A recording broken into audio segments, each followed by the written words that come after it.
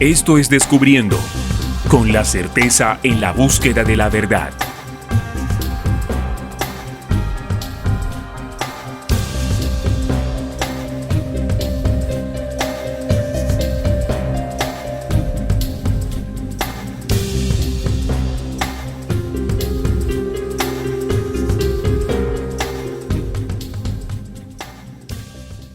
¿Cómo podemos entender el inicio real de esta confrontación entre rusos y ucranianos?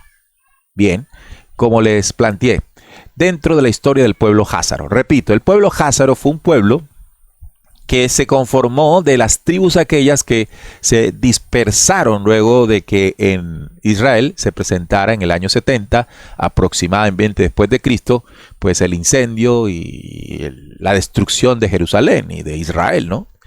En la diáspora comenzaron a ubicarse en diferentes lugares de esa región, más al norte, en lo que hoy llamamos Europa del Este, algunos judíos de esas tribus. Y allí se conformó un estado religioso, en términos más sencillos. La religión era la judía. Se expandieron más o menos allá, como les comenté, en el siglo sexto, séptimo, octavo. Y bueno, como todos estos asentamientos judíos siempre buscaban el expansionismo, ¿no? Como hoy están haciendo allá en esas mismas tierras. Y resulta que quien frenó a ese pueblo házaro, a los házaros, fueron los rusos, siglo X-XI después de Cristo. Y ellos fueron los que desbarataron ese estado, ese primer estado judío, antes del que en 1947 y 48 se conformara, ¿verdad? Gracias al apoyo de las potencias, primero la británica con la declaración de Balfour y luego en la Segunda Guerra Mundial con los Estados Unidos, que pues firmaron cómo se debía repartir el mundo en aquel entonces. Y ahí quedó, amigos oyentes, una enemistad que pocos saben o que pocos difunden, y quienes lo saben pues no hacen parte de los grandes medios de análisis de la geopolítica. Entonces hay una enemistad entre házaros y rusos. Pero son pueblos antiguos. Y usted dice, bueno, ya los házaros no existen. ¿Qué tiene que ver eso con la guerra entre Ucrania y Rusia? Pues sencillo, porque pues los házaros hoy son los judíos askenazis. Los judíos askenazis son los judíos de la Europa del Este. Y gran parte de ellos se encuentran en Alemania y también hay un montón en Ucrania. Judíos askenazis. No son gente común y corriente, los pueblos alemanes y los pueblos ucranianos, no, son gente de poder. Y allí los judíos askenazis tienen cierta rivalidad con los rusos, desde esa época en que los rusos se enfrentaron a sus antepasados, los házaros. Ahora bien, ¿recuerdan ustedes lo que pasó en la Segunda Guerra Mundial? La que no quieren contar como se debe contar.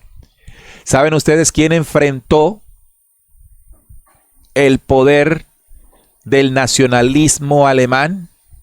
Askenazi, de raza suprema superior, típico de los házaros y del pueblo judío por considerarse elegidos de Dios.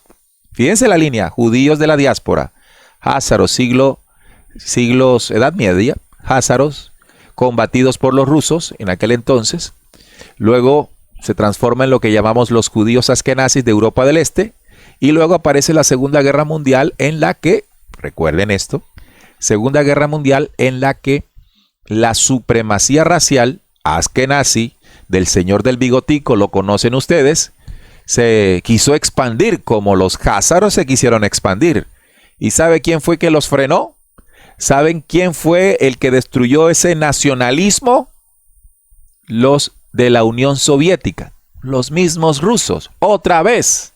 En la Segunda Guerra Mundial fue el Ejército Rojo quien entró en Berlín mostrando el derrocamiento, la derrota del famoso nacionalismo del señor del bigote. Por temas aquí de YouTube hay que sortear algunos términos, ustedes entenderán.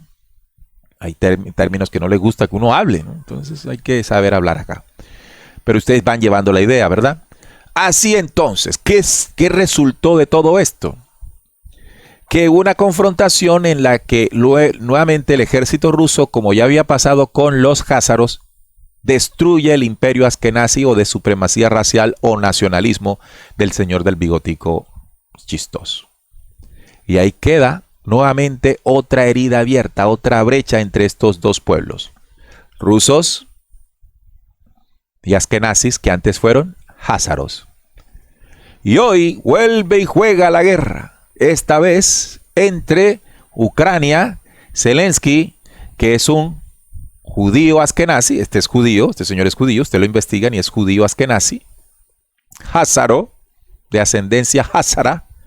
Y por el otro lado, amigos oyentes, cuando empezó esta guerra, tenemos que ubicar a Anthony Blinken. Anthony Blinken, secretario de Estado norteamericano, házaro, judío askenazi, muy sencillo estudiarlo y descubrirlo. Y con el presidente Joe Biden, sionista puro, también.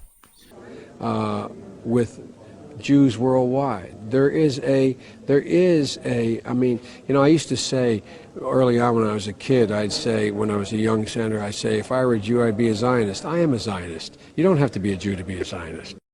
Que declararon la guerra a través de Ucrania, de esa Ucrania también, de házaros o judíos askenazis de la Europa del Este.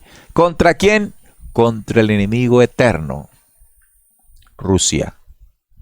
En esta oportunidad de la historia le tocó el conflicto a Putin.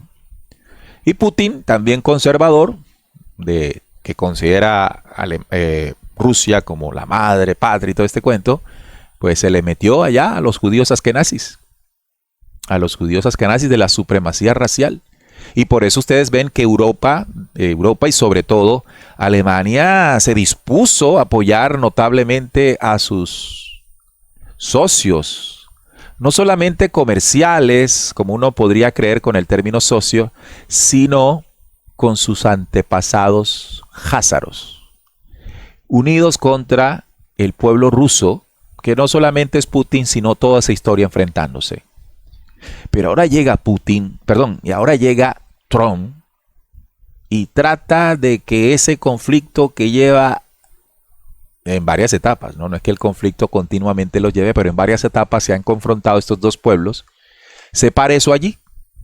Y todo ese pueblo judío askenazi hoy está como medio ardido. Pero ¿será que este Donald Trump hace parte de ese mismo pueblo judío askenazi si sabemos que apoya notablemente el propósito sionista de Israel en Gaza y en la región? Yo creo que sí, pero ¿por qué entonces, siendo así, no decide seguir enfrentando la guerra? Señoras y señores, porque en las 1, 2 y 3 oportunidades Rusia les ha mostrado quién es. La primera, con los házaros, le demostró militarmente quiénes eran los rusos. Luego, en la Segunda Guerra Mundial, le demostró la Unión Soviética, la misma región rusa, quiénes son militarmente. Si bien tuvieron millones y millones de bajas, los rusos ganaron esa guerra. Así Occidente no lo diga, que le invito a que usted investigue bien eso. Y tercero, ahora en esta guerra vuelve y le ganan. Vuelve y sale victorioso. Entonces Donald Trump dijo, hombre, no podemos ser tan tercos, por ahora no lo podemos hacer, vamos a replegarnos, el término que yo he utilizado para definir esto, y miremos a ver cómo nos fortalecemos más. Necesitamos estas sierritas raras, a ver qué desarrollamos con tecnologías, si podemos crear una ojiva de misil hipersónico que tenga la misma resistencia al calor como ya lo hicieron los rusos con el Oreshnik. Entonces, amigos, miren cómo este conflicto se plantea de una manera muy, muy distinta. Si nosotros conocemos los pasados de estos pueblos y sobre todo si conocemos el origen de los házaros, que en Descubriendo hice un programa muy interesante sobre los mismos, que si quiere pues pueden ver y ampliar allí. Total, ¿esas diferencias se acabaron? No, no se acabaron. Seguirán latentes como se han mantenido latentes en el tiempo. Y estas y otras diferencias más con otros pueblos, sobre todo árabes y todo esto, generará pues la gran confrontación final, como se le llama, a la guerra mundial. Que en este momento pienso que están en stand-by, pues necesitan reconfigurar fuerzas para en un futuro, quién sabe si lejano o cercano, se pueda desarrollar. Así que ahí está ese análisis, se lo dejo para que usted le eche investigación y le eche mente.